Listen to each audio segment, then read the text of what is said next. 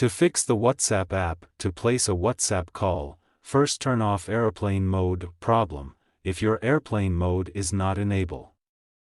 Still you get this error, then try these methods. Method 1. Check your internet connection. Make sure that you have a strong and stable internet connection. You can do this by trying to access other websites or apps on your device. If you are not able to connect to the internet, try restarting your router or modem. Method 2. Restart your phone. This can often fix minor software glitches that may be causing the problem. Method 3. Update the WhatsApp app. To do this, go to Play Store. Search for WhatsApp. Go to WhatsApp.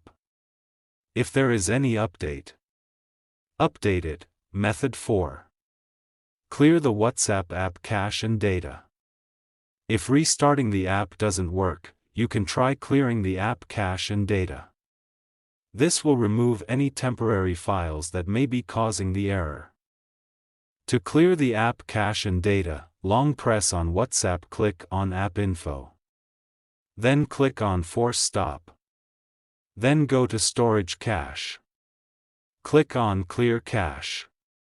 And click on Clear Storage. Method 5. Reinstall the WhatsApp app.